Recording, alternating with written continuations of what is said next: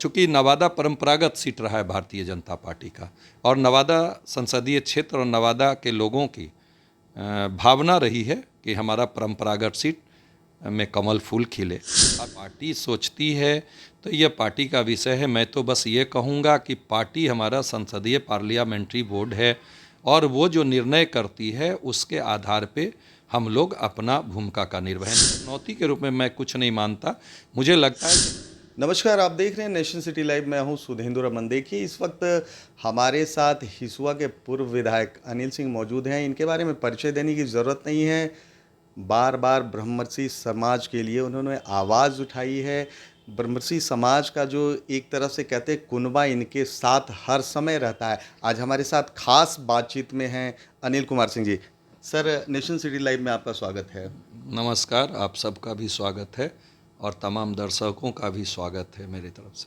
Sir, 2024 का जो election आ रहा है, क्या खास तैयारियां चल रही है बीजेपी की?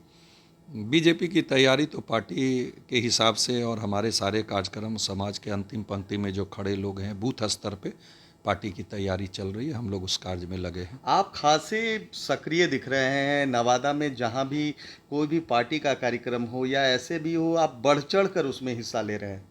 स्वाभाविक है कि पार्टी ने मुझे अभी तक में तीन तीन बार नेतृत्व का अवसर मिला। चौथी बार भी टिकट मुझे 20 में पार्टी ने दी थी। तो पार्टी का जो हमारे ऊपर विश्वास है, मुझे उस हिसाब से अपने फ़र्ज का निर्वहन तो करना ही होगा। अच्छा, अमित शाह आए थे हिसुआ में, विशाल जनसभा संबोधित की और उसको करवाने में जो कहा जाता है सबसे बड़ा योगदान आपका था। इसकी उन्होंने प्रशंसा बीच मंच से भी की थी और साथ ही साथ उन्होंने घोषणा भी किया था कि नवादा की जनता जो मांग करते रही है कि जो नवादा का बेटा होगा उसी को सीट मिलेगी, तो क्या ये कयास लगाया जा सकता है कि इस बार नवादा का बेटा अनिल सिंह ही वहाँ से चुनाव लड़ेंगे? देखिए, स्वाभाविक है कि मैं नवादा संसदीय क्षेत्र में जो पार्टी के कार्यक्रम चल रहे हैं और उस कार्यक्रम में मुझे नवादा संसदीय क्षेत्र का संयोजक का दायित्व दिया गया है।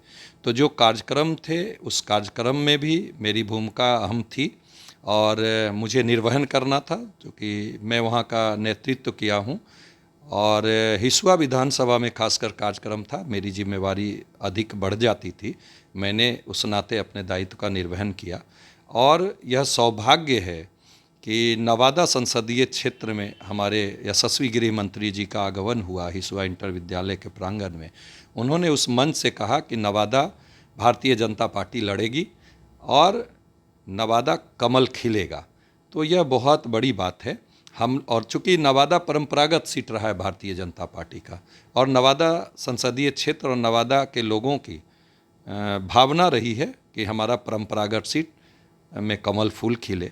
अभी तक जब भी पार्टी ने भारतीय जनता पार्टी को वहाँ से उम्मीदवार बनाया है, कमल फूल देकर जिन लोगों को भेजा है, हम लोग जिताकर उन्हें संसद भवन तक पहुँचाया है। लेकिन इस बार चर्चा तो आपके नाम की है। जो क्षेत्र में नाम चल रहा है, पार्टी ऑफिस में भी दबी जुबान में ये नाम चल रहा है कि इस बार अनिल सिंह वहाँ से चुनाव जो है बीजेपी के कमल पर लड़ेंगे।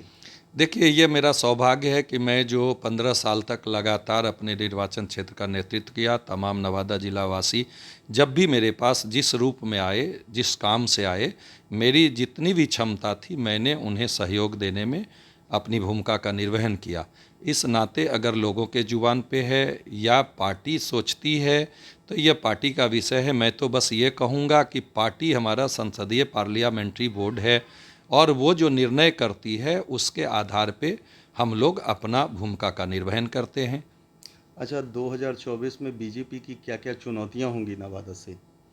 देखिए, मैं तो कहता हूँ कि हम लोग वहाँ पे जिस रूप में काम किया है, भारतीय जनता पार्टी के कार्यकर्ता और भारतीय जनता पार्टी के समर्थक ऐसा मानते हैं कि नवादा में हम लोगों के लिए कुछ आवश्यकताएं हैं जो हम लोग वक्त आएंगे तो अपने जनप्रतिनिधियों को उन चीज़ों को बताएंगे। बट ऐसे चुनौती के रूप में मैं कुछ नहीं मानता। मुझे लगता है कि नवादा परंपरागत सीट रहा है, नवादा संसदीय क्षेत्र, और भारतीय जनता पार्टी का जो विश्वास है उस विश्वास के कसौटी पे नवादा संसदीय क्षेत्र के लोग अपने आप को कसते हुए 24 में नरेंद्र भाई मोदी के हाथों को मजबूती प्रदान करने के लिए अपना कमल खिलाकर पार्लियामेंट में जो उम्मीदवार पार्टी देगी उन्हें हम लोग जिता कर भेजने का काम करेंगे। अच्छा, आप ब्रह्मर्षि समाज से आते हैं, उनसे तो आपका खासा लगाव है ही, साथ ही साथ जो अल्पसंख्यक हैं, दलित हैं, उन लोगों में भी आप बहुत लोकप्रिय हैं। देखिए, मैं ब्रह्मर्षि समाज से आता हूँ, यह मेरा सौभाग्य है।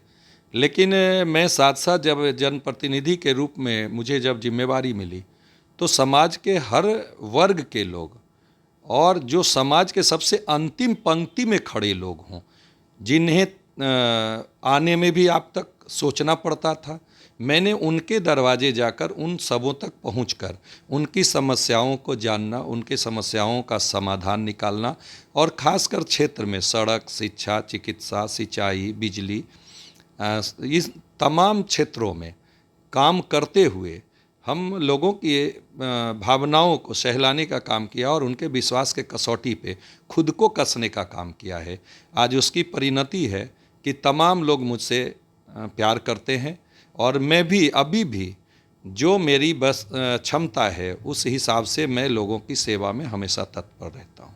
अच्छा, कहा जाता है कि जो सदन का रास्ता है वो बिहार और यूपी होके गुजरता है, तो क्या लग रहा है इस बार जिस तरह से पूर्वत 2019 में जो चुनाव हुआ था, अपार बहुमत मिला था बीजेपी को, क्या लग रहा है कि 2024 में भी अपार बहुमत मिलेगा? बिल्कुल, इसमें कहाँ कोई संदेह है। जब 2019 में जो हमें अवसर मिले थे, उसके बाद भी अपनी कड़ी को बढ़ाने का, विकास की कड़ी को, और समाज के अंतिम पंक्ति में खड़े लोगों तक सरकार की योजनाओं को पहुंचाने का हम लोगों को अवसर मिला है। मुझे आशा ही नहीं, पूर्ण विश्वास है कि बिहार और यूपी होते हुए जो आप कह रहे रास्ता गुजरती है, तो बिहार यूपी अपार जनादेश देकर बिहार और यूपी की जनता ही नहीं, संपूर्ण देश की जनता नरेंद्र भाई मोदी को 24 में फिर से नेतृत्व का अवसर प्रदान करेगी। तो ये थे हिसुआ के पूर्व विधायक अनिल कुमार सिंह। मैं आपको बता दूं, हालांकि इन्होंने स्पष्ट तो हमें बताया नहीं है, लेकिन जो सूत्रों से हमें जानकारी मिली है कि इस बार का जो नवादा का चुनाव होगा, बीजेपी के सिंबल से यही लड़ सकते हैं। फिलहाल इन्होंने ये स्पष्ट कर दिया है कि एनडीए जो है अपनी मजबूत की भी सहमति जता दी है कि इस बार फिर से नरेंद्र भाई मोदी की ही सरकार बनेगी। फिलहाल तमाम हमारी ऐसी खबरों को देखने के लिए आप देखते रहिए नेशन सिटी।